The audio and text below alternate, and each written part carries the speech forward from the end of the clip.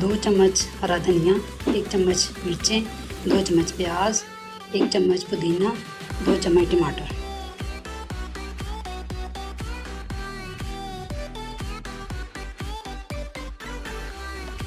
एक चम्मच अनारदाना,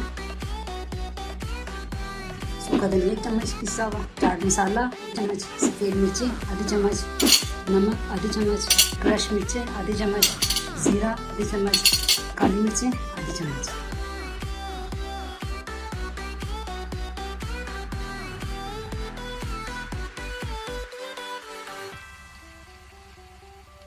दो चम्मच बेसन।